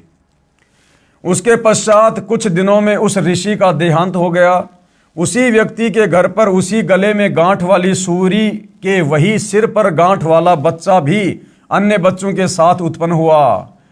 उस ऋषि के बच्चों ने वह सूरी का बच्चा मोल ले लिया, तब उसे मारने लगे। उसी समय वह बच्चा बोला, उसी समय काल प्रेरणा से वो बच्चा बोला, बेटा मुझे मत मारो, मेरा जीवन नष्ट करके तुम्हें क्या मिलेगा। क्योंकि अब उस सूअर की योनि में आने के बाद उसे लगा कि बस बहुत बढ़िया है, आनंद ही आनंद है। सारा दिन गटर में पड़े रहते हैं, गंदगी में नाक रगड़ते रहते हैं, ना कमाना ना धमाना, ना स्कूल जाना, ना फीस भरना, ना नमक तेल मिर्च की चिंता, बस इससे बड़ा जीवन और कुछ नहीं है। तो जब वो बेटे गए और उसको मोल ले लिया और जैसे मारने लगे, तो तुरंत वो बोला कि बेटा मुझे मत मारो, अरे मैंने तुम्हारा क्या बिगाड़ दिया, मुझे रहने दो। तब उस ऋषि के पूर्व जन्म के बेटों ने कहा, पिताजी आपने ही तो कहा था। तब वह सूअर के बच्चे रूप में ऋषि बोला कि मैं आपके सामने हाथ जोड़ता हूं, मुझे मत मारो। मेरे भाइयों यानी अन्य सूअर के बच्चों के साथ मेरा दिल लग रहा है, मुझे बख्श दो। बच्चों ने वह बच्चा छोड़ दिया और मारा नहीं। इसी प्रकार ये जीव जिस भी योनि में उत्पन्न हो जाता है उसे त्यागना नहीं चाहता, जबकि यह शरीर एक दिन सभी का जाएगा। इसलिए भावुकता में न बहकर थोड़ा विवेक से कार्य करना चाहिए। ये दास रामपाल दास जो साधना बताएगा उसे आम के आम और गुटलियों के दाम भी मिलेंगे। यानी आत्मा का कल्याण तो होगा ही होगा। हमें यहां भी जब तक जिएंगे सर्व लाभ होंगे, सर्व सुख होंगे। इसी विष्णु पुराण में तीसरे अंश के अध्याय 15 श्लोक 55 से 56 पर 213 पर लिखा है कि और वो ऋषि शगर राजा को बता रहा है। क्या बता रहा है? हे राजन, श्राद्ध करने वाले पुरुष से पितरगण विश्वदेवगण आदि सभी संतुष्ट हो जाते हैं। हे भूपाल, पितरगण का आधार चंद्रमा है और चंद्रमा का आधार योग, योग यानी शास्त्र अनुकूल भक्ति है। इसलिए श्राद्ध में, अब देखो विष्णु पुराण क्या बता रहा हमारे को, श्राद्ध निकालने की क्या विधि बता रहा है। इसलिए श्राद्ध में योगी यानी तत्व ज्ञान अनुसार शास्त्र विधि अनुसार साधक जन को अवश्य बुलाएं। यदि श्राद्ध में 1000 ब्राह्मण भोजन कर रहे हों, कौन से ब्राह्मण? जो शास्त्रों को त्याग कर भ्रमित साधना करते हैं, उस प्रकार के 1000 ब्राह्मण अगर श्राद्ध में बैठकर भोजन कर रहे हों, उनके सामने एक योगी यानी एक भगत। कौन सा भगत? जो तत्वदर्शी संत से उपदेश लेकर शास्त्रों के अनुसार भक्ति कर रहा हो।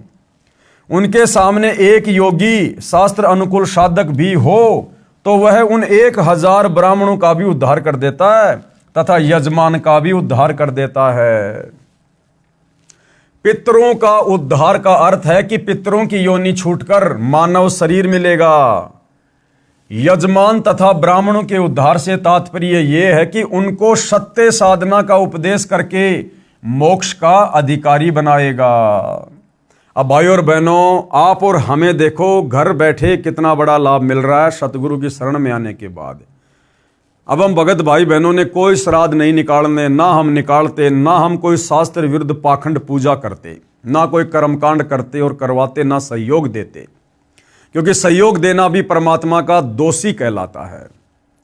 अब भाई और बहनों, जो विष्णु पुराण में श्राद्ध निकालने की उत्तम व्यवस्था जो लिखी हुई है कि भाई अगर शास्त्र अनुकूल भक्ति करने वाला एक व्यक्ति और शास्त्र विरुद्ध साधना करने वाले 1000 ब्राह्मणों के सामने बैठा दिया जाए तो शास्त्र अनुकूल साधना करने वाला एक योगी, एक भगत, उन 1000 ब्राह्मणों का भी, और साथ में श्राद्ध निकालने वाले उस व्यक्ति का भी, और साथ में जिसके लिए वो श्राद्ध निकाल रहा है अपने पूर्वजों के लिए, जो प्रेत पित्र बने हुए, उन सब का उद्धार हो जाता है। अब आप और हमारा किस प्रकार से हो रहा है? हम सतगुरु रामपाल जी के सत्संग सुनने के लिए जब वे आश्रम में होते हैं, हम आश्रम में जाते हैं। आश्रम में जाकर हम क्या करते हैं? भक्ति विधान अनुसार 10वां अंश दान करते हैं। कुछ दान धर्म के रूप में पैसा गुरुदेव भगवान को समर्पित करते हैं। फिर हमारे उस दान धर्म से वहां आश्रम में आने वाले हजारों भगत भाई बहन जो शास्त्र अनुकूल साधना कर रहे होते हैं, वो सब भोजन भंडारा खाते हैं। यानी भाइयों और बहनों, विष्णु पुराण में तो लिखा कि यदि एक भगत भी, एक योगी जो शास्त्रों के अनुसार साधना करता है, सच्चे तत्वदर्शी संत से उपदेश लेकर उसके भोजन करने से तुम्हारे पितरों का और तुम्हारा भी उद्धार हो जाता है। और जब सतगुरुदेव भगवान आश्रम में होते हैं सशरीर, और उस समय यदि हम आश्रम में जाकर दान करते हैं, उस दान से फिर हजारों भगत भाई बहनों के लिए भोजन की व्यवस्था होती है, और सभी साधक जन, सभी योगी जन हमारे उस दान से भोजन ग्रहण करते हैं। तो सोचो भाई और बहनों, जब हजारों लाखों भगत भोजन खाएंगे तो हमारे पितर तो चुटकी बजाते ही मनुष्य योनि को प्राप्त करेंगे, मनुष्य योनि को। तो ये है उत्तम विधि हमारे उन पूर्वजों की संतुष्टि के लिए, उनकी तृप्ति के लिए, जो हमारे भ्रमित धर्म गुरुओं के द्वारा ये पाखंड पूजा करके और इस प्रकार की निकृष्ट योनियों को प्राप्त हुए हैं। और वर्तमान में हमारे भ्रमित धर्मगुरुओं के द्वारा जिस प्रकार से श्राद्ध निकलवाए जाते हैं पाखंड पूजा के तहत, कर्म कांड के तहत, ये शास्त्र विरुद्ध होने से ना तो उनके पितरों की तृप्ति होगी, और उल्टा वो श्राद्ध निकालने वाला भी पाप का भागी, और श्राद्ध का भोजन खाने वाला उस श्राद्ध निकालने वाले से भी कई गुना ज्यादा पाप का भोगी। पेश है प्रमाण के लिए श्री विष्णु पुराण के 3रे अंश के अध्याय 15 श्लोक 55-56 की फोटोकॉपी, यानी परमाणु सहित सब कुछ बताया जा रहा है। यह विष्णु पुराण का 3रा अंश है। हे भूपाल, यानी हे पृथ्वी के राजा, पितृगण का आधार चंद्रमा है और चंद्रमा का आधार योग है, यानी शास्त्र अनुकूल भक्ति है। इसलिए श्राद्ध में योगी जनों को नियुक्त करना अति उत्तम है, यानी शास्त्र अनुकूल सत भक्ति कर रहे भगत को नियुक्त करना, उसको बुलाना अति उत्तम है। हे राजन, यदि श्राद्ध भोजी 1000 ब्राह्मणों के सम्मुख एक योगी भी हो, यानी एक सच्चा भगत भी हो, तो वह यजमान सहित उन सब का उद्धार कर देता है। अब सतगुरु रामपाल जी सबसे बड़े योगी हैं, हालांकि परमेश्वर हैं, परमात्मा हैं, लेकिन इस विधि अनुसार हम सोचे विचार करें तो सतगुरु रामपाल जी वर्तमान में धरती पर सबसे बड़े योगी हैं जो शास्त्र अनुकूल सत भक्ति कर रहे हैं। तो ऐसे में उनकी शरण ग्रहण करके, उनसे उपदेश लेकर जब हम उनके रहते सहते आश्रम में जाएंगे, दान धर्म करेंगे, तो वहां हजारों भगत भाई बहन आएंगे, वो भी भोजन करेंगे, और सतगुरु रामपाल जी भी उसी भंडारे से भोजन करते हैं। तो सतगुरु रामपाल जी को भोग लगने के बाद उस भगत के जो पूर्वज होते हैं, जो अंध भक्ति करके आज भूत प्रेत पित्र बने हुए हैं, पशु पक्षी योनियों में कष्ट उठा रहे हैं, उन सब को तुरंत मनुष्य जन्म मिलेगा और सतगुरु रामपाल जी उन्हें भी अपनी शरण में लेंगे। ठीक इसी प्रकार भाइयों और बहनों, वर्तमान में गीता जी अध्याय 3 श्लोक नंबर 13 के अनुसार हम सतगुरु रामपाल जी के सभी भगत भाई बहन जिस प्रकार से उस विधान को फॉलो करते हुए अपने अपने घर पर प्रतिदिन भोग की आरती के साथ सतगुरु रामपाल जी को भोग लगा रहे हैं, ये वही विधि है जो विधि इस विष्णु पुराण में लिखी हुई है। यह हमारे घर पर जो भगत भाई बहन आते हैं और हम श्रद्धा के साथ उनको भोजन पानी करवाते हैं, भंडारा करवाते हैं, ये वही विधि है जो विधि यहाँ पर लिखी हुई है। लेकिन हमारा मकसद, हमारा टारगेट विशेष हमारे पूर्वजों की मुक्ति करवाने का नहीं होना चाहिए। हमने मन में विचार भी नहीं करना चाहिए, वो तो ऑटोमेटिक होगा ही होगा। हम ना सोचेंगे तो भी इस विधि से भक्ति करने के कारण हमारे पूर्वजों का कल्याण होगा ही होगा। योगी की परिभाषा, अब गुरुदेव समझा रहे कि योगी यानी भगत क्या होता है, भगत की क्या परिभाषा है। गीता अध्याय 2 श्लोक नंबर 53 में कहा है कि हे अर्जुन, जिस समय आपकी बुद्धि भिन्न भिन्न प्रकार के भ्रमित करने वाले ज्ञान से हटकर एक तत्व ज्ञान पर स्थिर हो जाएगी, तब तू योगी बनेगा। अर्थात तत्वदर्शी संत से सत्संग सुनने के बाद जब हमारा मन, हमारी बुद्धि, हमारा चित्त इस बात को दृढ़ता के साथ में स्वीकार कर लेगा कि सतगुरु रामपाल जी जो शास्त्र अनुकूल प्रमाणित सत भक्ति बता रहे हैं, इस भक्ति के अलावा संसार में दूसरा कोई भक्ति मार्ग नहीं है और सतगुरु रामपाल जी के अलावा आत्मा का कल्याण करवाने वाला परम संत दूसरा कोई धरती पर नहीं है। जब इतना हमें दृढ़ विश्वास हो जाएगा, उसके बाद चाहे ब्रह्मा विष्णु महेश भी कोई भी रूप धारण करके यदि हमें इस सत भक्ति से भ्रमित करने का प्रयास करेंगे तो भी हम डगमग नहीं होंगे और ज्ञान के आधार से उन्हें दो टूक जवाब दे देंगे, उनको भी मुंह की खाके जानी पड़ेगी। जब भगत भक्ति मार्ग पर ज्ञान को आधार बनाकर इतना दृढ़ होगा तब वह योग को प्राप्त करता है, अर्थात तब तो वो भगत कहलाता है, पक्का भगत, सच्चा भगत। गीता अध्याय 2 श्लोक 53 में कहा है कि हे अर्जुन, जिस समय आपकी बुद्धि भिन्न भिन्न प्रकार के भ्रमित करने वाले ज्ञान से हटकर एक तत्व ज्ञान पर स्थिर हो जाएगी, तब तू योगी बनेगा, अर्थात भगत बनेगा। अब बहुत सारे भगत क्या करते हैं, सतगुरु रामपाल जी से उपदेश भी ले लिया, ज्ञान को अच्छे से समझा नहीं, सत्संग ध्यान से सुने नहीं, कुछ दिनों बाद यूट्यूब पर देखेंगे फला फला बाबा प्रवचन कर रहा है, सतगुरु रामपाल जी की निंदा चुगली कर रहा है, उनके शास्त्र प्रमाणित सत्संगों में मीन मेख निकाल रहा है, और वो नादान भगत जो सतगुरु रामपाल जी से उपदेश भी ले चुका है लेकिन अपने कमजोर संस्कार के कारण, अपनी ज्ञानहीनता के कारण, सत्संग ज़्यादा ना सुन पाने के कारण और उस काल के दूत की बातों में आ जाता है, जो काल का दूत स्पेशल इसी पंथ में सतगुरु रामपाल जी की संगत को भ्रमित करने के लिए माया मोह नाम के उस व्यक्ति की तरह काल के द्वारा भेजा गया होता है। और यदि वो भगत उसकी मीठी मीठी बातों को सुनकर, क्योंकि कबीर परमात्मा अपनी वाणी में कहते हैं कि भाई बीजक की बाता कहे और बीजक नाही हाथ, और पृथ्वी डुबोवन उतरे ये कर कर मीठी बात। तो वो नादान भगत भ्रमित हो जाता है कि कहीं सतगुरु रामपाल जी से अच्छा ज्ञान, उत्तम ज्ञान, श्रेष्ठ ज्ञान कहीं इस बाबा के पास ना हो। क्यों? क्योंकि उसने ज्ञान को अच्छे से आधार नहीं बनाया। इसलिए परमात्मा कहते हैं भाई ज्ञान संपूर्ण हुआ नहीं, हृदय नहीं छिदाए, और देखा देखी भक्ति का रंग नहीं ठहराए। तो इस प्रकार का जो भगत होता है वो सतगुरु से उपदेश लेने के बाद भी डगमग वाली स्थिति में रहता है, जिसको योगी नहीं कह सकते, जिसको रियल में भगत की संज्ञा, योगी की संज्ञा नहीं दी जा सकती है। अर्थात योग को प्राप्त होगा। भावार्थ है कि तत्व ज्ञान आधार से साधना करने वाला ही मोक्ष का अधिकारी बनता है। उसी में नाम साधना भक्ति का धन होता है, वह राम नाम की कमाई का धनी होता है।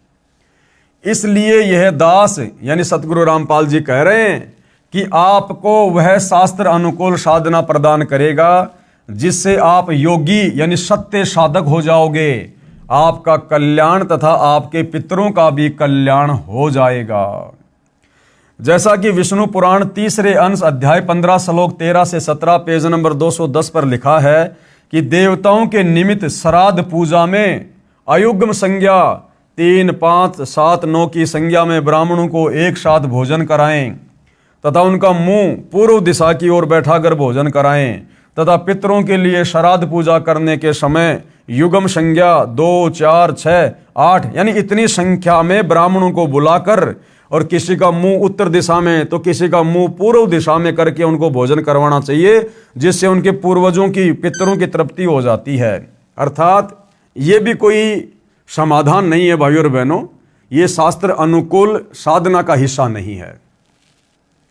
विचार करने की बात है कि इसी विष्णु पुराण इसी तीसरे अंश के अध्याय 15 में श्लोक 55-56 पृष्ठ 213 पर यह भी तो लिखा है कि एक योगी यानी शास्त्र अनुकूल सत्य साधना करने वाला भगत अकेला ही पितरों तथा 1000 ब्राह्मणों तथा यजमान सहित सबका उद्धार कर देगा।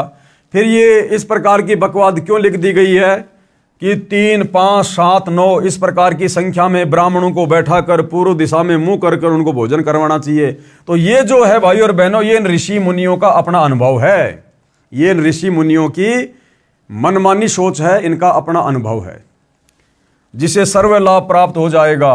कबीर परमेश्वर जी ने कहा है कि भाई एक कै साधे सब सदै, सब साधे सब जाए, और माली सींचे मूल को फले फूले अघाए।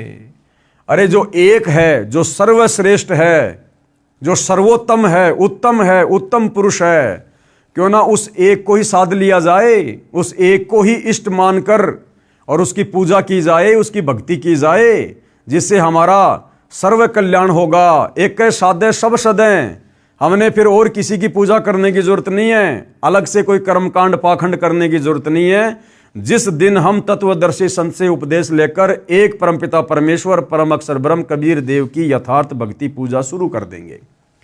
ये दास रामपाल दास भी धार्मिक अनुष्ठान श्रद्धा से पूजा करता और कराता है, जिससे करने से साधक पितृभूत नहीं बनता, अपितु पूर्ण मोक्ष प्राप्त करता है। तथा जो पूर्वज गलत साधना शास्त्र विधि त्याग कर मनमाना आचरण अर्थात पूजा करके पितृभूत बने हैं, उनका भी छुटकारा हो जाता है। यही प्रमाण इसी विष्णु पुराण पेज 209 पर इसी तीसरे अंश के अध्याय 14 श्लोक 20 से 31 में भी लिखा है कि जिसके पास श्राद्ध करने के लिए धन नहीं है तो वह ये कहे कि हे पितृगणों, आप मेरी भक्ति से तृप्ति लाभ प्राप्त करें, क्योंकि मेरे पास श्राद्ध करने के लिए वित्त यानी धन नहीं है। हालांकि ये विधि भी उत्तम विधि नहीं है, शास्त्र प्रमाणित विधि नहीं है। हम अपनी भक्ति क्यों नष्ट करें, क्यों बर्बाद करें? भाई और बहनों, जिस प्रकार मैं रोड से जा रहा हूं गाड़ी लेकर, आगे मैंने देखा एक व्यक्ति गाड़ी के साथ रोड पर खड़ा हुआ है। पूछने पे पता चला कि भैया मेरा तो टायर पंचर हो गया। अब मैं क्या करूंगा, मुझे क्या करना चाहिए? अगर मैं पागल आदमी हूं, मूर्ख आदमी हूं, तो मैं क्या करूंगा कि भैया मेरी गाड़ी के टायर से हवा निकालकर अपनी गाड़ी के टायर में डाल ले। अब ऐसा करने से ना तो मेरी गाड़ी ठीक चलेगी, ना उसकी गाड़ी ठीक चलेगी। अब समझदारी क्या होगी? मैं उस व्यक्ति को सलाह दूं कि भैया देख, यहां से थोड़ी दूर आगे और गाड़ियों में हवा डालने वाले की दुकान है, और उससे जितनी मर्जी हवा डलवा ले, उसके पास हवा की कोई कमी नहीं है, और तेरी गाड़ी फिर अच्छे से चलेगी। तो ये तो है उत्तम विधि, सर्वश्रेष्ठ विधि। और अपनी गाड़ी के टायर से हवा निकाल के उसकी गाड़ी के टायर में डालना, यह है मूर्खता। तो इसी प्रकार विष्णु पुराण में जो लिखा हुआ है कि भाई जिसके पास में धन नहीं है और उसने यदि श्राद्ध निकालने हैं, तो अपने उन पितरों से ये प्रार्थना करे कि हे पितृगणों, मेरे पास में श्राद्ध निकालने के लिए धन नहीं है, इसलिए मैं अपनी भक्ति कमाई का कुछ अंश आपको संकल्प करता हूं। तो नुकसान तो हो गया उसका। अरे भक्ति कमाई से तो सब कुछ मिलता है, यहां पर सब कुछ चलता है, पाप और पुण्य से तो ये संसार चल रहा है। और वो भक्ति कमाई जो हम बड़ी मुश्किल से जोड़ पाते हैं, उसको हम बांट रहे हैं, तो ये तो मूर्खता है, मूर्खता। इसलिए अपने उन पितरों की, पूर्वजों की यदि आप मुक्ति चाहते हैं, तो उत्तम विधि है परम संत सतगुरु रामपाल जी से उपदेश लेकर उनके द्वारा बताई गई सत भक्ति करो, जिससे आपके पितरों का ऑटोमेटिक उन पितृ योनियों से छुटकारा होगा और उनको मनुष्य जन्म मिलेगा, और सतगुरु रामपाल जी उनको अपनी शरण में मिलेंगे। कृपया पाठक जन विचार करें कि जब भक्ति मंत्र जाप की कमाई से पितृ तृप्त हो जाते हैं, तो फिर अन्य कर्मकांड की क्या आवश्यकता? ये पंडितों को बुलाना, खीर रोटी हलवा बनाना, इस प्रकार के कर्मकांड करना, फिर उनकी क्या आवश्यकता है? अगर भक्ति कमाई संकल्प करने मात्र से पितृ तृप्त हो रहे हैं, फिर इन पंडितों को बुलाकर, ब्राह्मणों को बुलाकर कर्मकांड क्यों करना फिर? तो ये पाखंड है, ये भक्ति विरुद्ध साधना है। ये सर्व प्रपंच ज्ञानहीन गुरु लोगों ने अपने पेट पोषण के लिए ही किया है, क्योंकि गीता अध्याय 4 श्लोक 33 में भी लिखा है कि द्रव्य यानी धन द्वारा किया यज्ञ यानी धार्मिक अनुष्ठान से ज्ञान यज्ञ यानी तत्व ज्ञान आधार पर नाम जाप साधना श्रेष्ठ है। कि पहले हमें यह तो पता चले कि वास्तव में अध्यात्म क्या है, भक्ति क्या है, ज्ञान क्या है, दान धर्म तो उसके बाद करना चाहिए। एक और विचारणीय विषय है कि विष्णु पुराण में पितृ व देव पूजने का आदेश एक ऋषि का है तथा वेदों व गीता जी में पितरों व देवताओं की पूजा का निषेध है। यानी पुराणों में जिस प्रकार से ये श्राद्ध निकालने की, पितृ पूजने की जो विधि लिखी हुई है, ये उन ऋषि मुनियों का अपना अनुभव है, ये परमात्मा का विधान नहीं है। परमात्मा का विधान है चारों वेद और गीता का ज्ञान है, और चारों वेद और गीता जी में तो भूत पूजना, श्राद्ध निकालना, पितृ पूजना अध्याय 9 श्लोक नंबर 25 में परमात्मा ने बिल्कुल मना किया है। तो पुराणों में जो इस प्रकार की ओछी, आदि अधूरी, शास्त्र विरुद्ध साधना है, ये उन ऋषि मुनियों की देन है, जो हमने उनके आदेश को पालन नहीं करना है। जो आदेश काल ब्रह्म, काल रूपी ब्रह्म भगवान का है, यदि पुराणों के अनुसार साधना करते हैं तो प्रभु के आदेश की अवहेलना होती है, जिस कारण से साधक दंड का भागी होता है, यानी मरने के बाद उसकी भी फिर ऐसे ही दुर्गति होती है। श्राद्ध करने की श्रेष्ठ विधि अब सतगुरु रामपाल जी भगवान समझा रहे हैं कि यदि वास्तव में आपने अपने पितरों की मुक्ति करवानी है तो उसकी श्रेष्ठ विधि क्या है। श्री विष्णु पुराण के 3रे अंश में अध्याय 15 श्लोक 55-56 पृष्ठ 153 पर लिखा है कि श्राद्ध के भोज में, यानी श्राद्ध के समय जो भोजन बनाया जाता है, यदि एक योगी यानी शास्त्रोक्त साधक को भोजन करवाया जाए तो श्राद्ध भोज में आए हजारों ब्राह्मणों तथा यजमान के पूरे परिवार सहित सभी पितरों का उद्धार कर देता है। अब वो विधि वर्तमान में कहाँ है? वो सतगुरु रामपाल जी के पास है, उनके पंथ में है। विवेचन मेरे यानी लेखक कौन? सतगुरु रामपाल जी के तत्व ज्ञान को सुन समझकर भगत दीक्षा लेकर साधना करते हैं। ये योगी यानी शास्त्रोक्त साधक हैं। हम सत्संग समागम करते हैं, उसमें भोजन भंडारा लंगर भी चलाते हैं। जो व्यक्ति उस भोजन भंडारे में दान करता है, उससे बने भोजन को योगी यानी मेरे शिष्य तथा ये दास सब खाते हैं। ये दास यानी लेखक सतगुरु रामपाल जी सत्संग सुनाकर नए व्यक्तियों को यथार्थ भक्ति ज्ञान बताता है और शास्त्रों के प्रमाण प्रोजेक्टर पर दिखाता है, जिस कारण से श्रोता शास्त्र विरुद्ध साधना त्याग कर शास्त्रोक्त साधना करते हैं। इस प्रकार उस परिवार का उद्धार हुआ। उनके द्वारा दिए दान से बने भोजन को भक्तों ने खाया, इससे पितरों का उद्धार हुआ। पितर जूनी छूटकर अन्य जन्म मिल जाता है। सत्संग में यदि 1000 ब्राह्मण भी उपस्थित हों तो वे भी सत्संग सुनकर शास्त्र विरुद्ध साधना त्याग कर अपना कल्याण करवा लेते हैं। ये है उत्तम विधि सर्व कार्यों को सिद्ध करने की।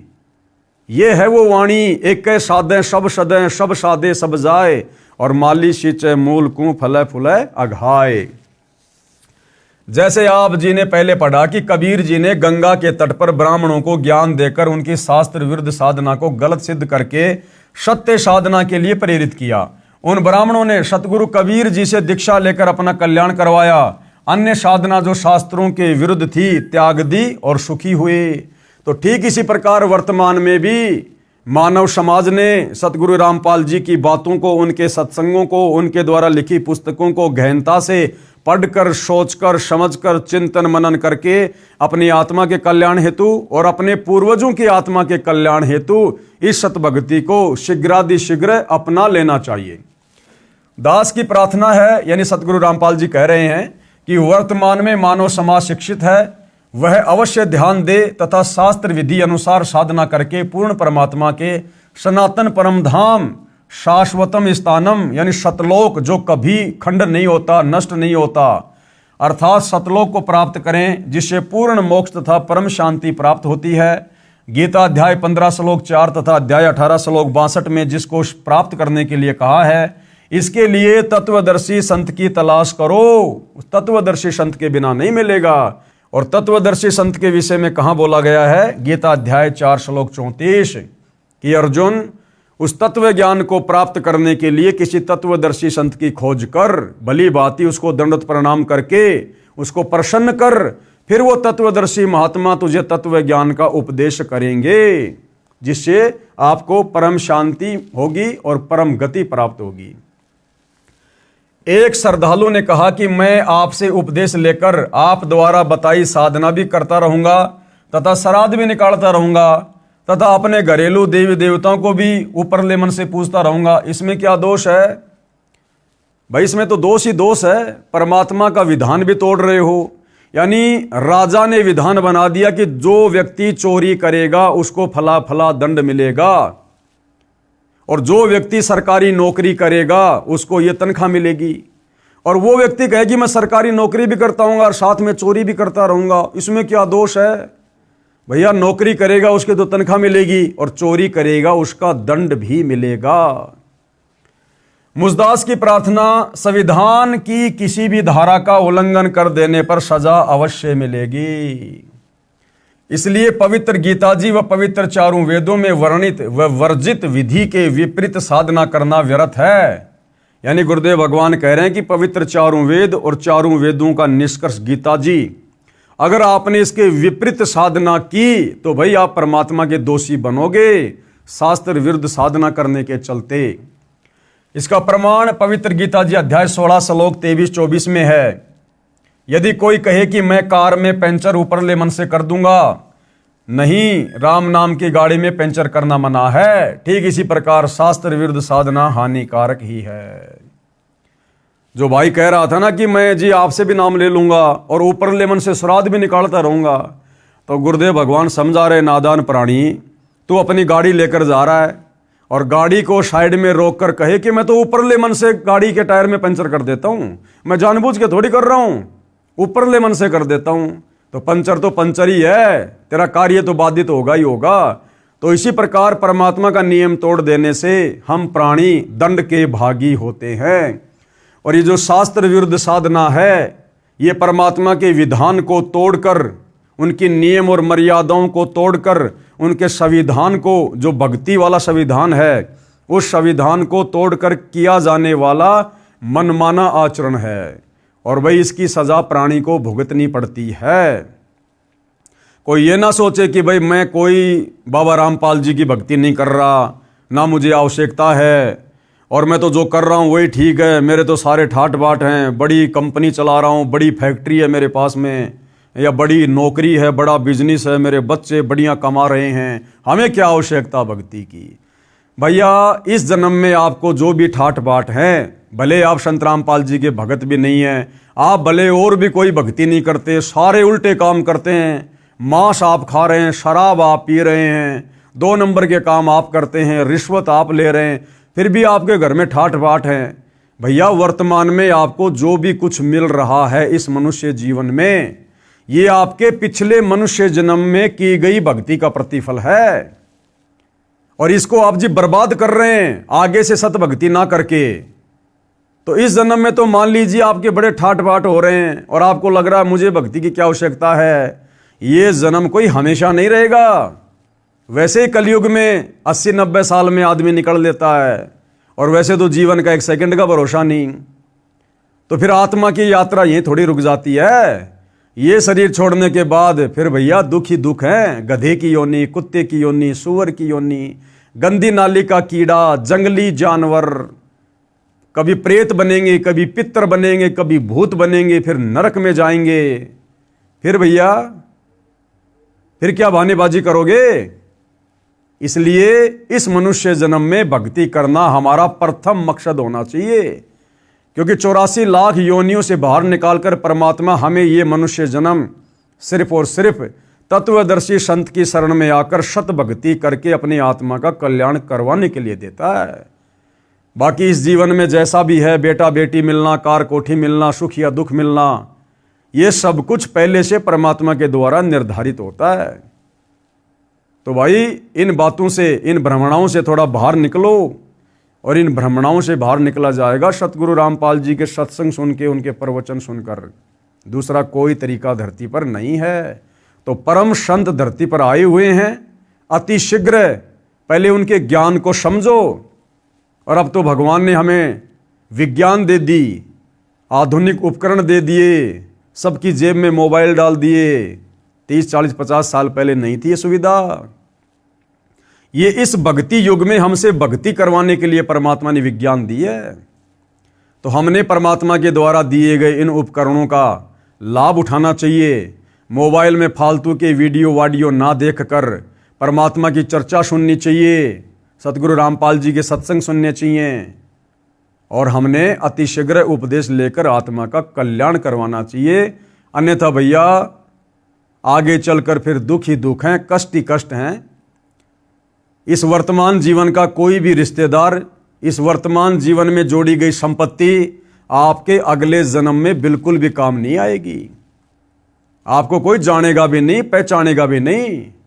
आप कहां जाओगे, किस योनि में जाओगे, किस देश में जन्म प्राप्त करोगे, आपका ये वर्तमान परिवार, वर्तमान की संपत्ति, वर्तमान के रिश्तेदार, वर्तमान की जान पहचान, वर्तमान की चौधर, वर्तमान की महिमा, ये यहीं खाक हो जाएगी, मिट्टी में मिल जाएगी।